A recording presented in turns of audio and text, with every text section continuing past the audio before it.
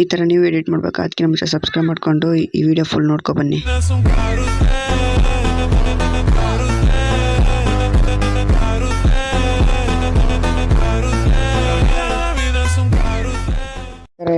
ತೋರಿಸಿರೋ video ಥರ edit ಮಾಡಬೇಕಂದ್ರೆ ಇದು ಒಂಥರ QR ಕೋಡ್ ಇದೆ.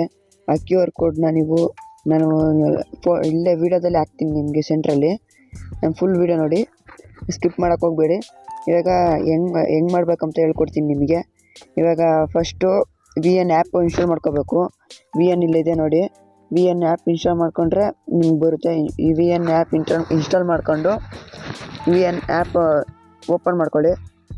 ಓಪನ್ ಮಾಡ್ಕೊಂಡ್ಮೇಲೆ ಇಲ್ಲಿ ಮೇಲೆ QR ಕೋಡ್ ಸ್ಕ್ಯಾನ್ ಮಾಡೋದಿದೆ ನೋಡಿ, QR ಕೋಡ್ನ ಆ ಸ್ಕ್ಯಾನ್ ಮೇಲೆ ಕ್ಲಿಕ್ ಮಾಡಿದ ತಕ್ಷಣವೇ ನಿಮಗೆ ಈ ಥರ ಬಂದರೆ ನೀವು ಇಲ್ಲಿ ಮೇಲಿದೆಯಲ್ಲ ಇದ್ರ ಮೇಲೆ ಇಲ್ಲಿ ಫೋಟೋದು ಇದೆ ನೋಡಿ, ಮಾರ್ಕ್ ಹಾಕ್ತೀನಿ.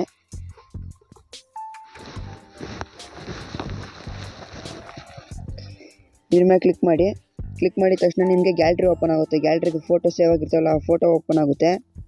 QR ಕೋಡ್ ಕೊಟ್ಟಿದ್ನಲ್ಲ ಆ QR ಕೋಡ್ನ ಸ್ಕ್ಯಾನ್ ಮಾಡ್ಕೊಳ್ರಿ.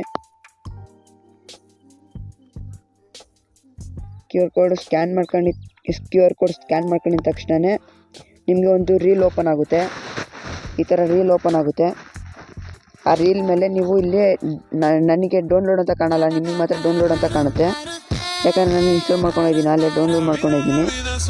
ಇಲ್ಲಿ ಡೌನ್ಲೋಡ್ ಅಂತ ಇರುತ್ತೆ ನೋಡಿ, ಆ ಡೌನ್ಲೋಡ್ ಮಾಡಿ ಕ್ಲಿಕ್ ಮಾಡಿ.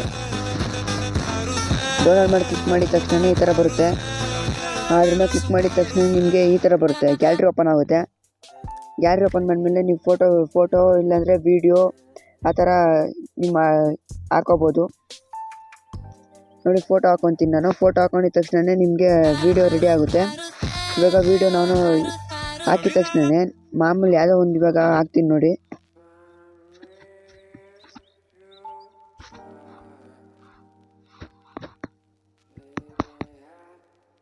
ನೆಕ್ಸ್ಟ್ ಅಂತ ಒತ್ತಬೇಕು. ನೆಕ್ಸ್ಟ್ ಅಂತ ಒತ್ತಿದ ತಕ್ಷಣ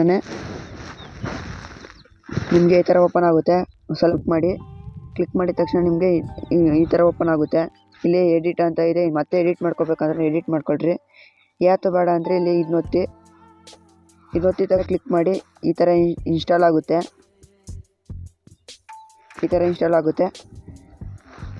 ಇನ್ಸ್ಟಾಲ್ ಆಗಿದ ತಕ್ಷಣ ಫುಲ್ 100 ಆಗಬೇಕು. 100 ಆಗಿದ ತಕ್ಷಣ ನಿಮಗೆ ಡೈರೆಕ್ಟ್ ಗ್ಯಾಲರಿಗೆ ಸಿಗುತ್ತೆ. ಹೋಗಿ ಗ್ಯಾಲರಿಗೆ ಚೆಕ್ ಮಾಡಿ.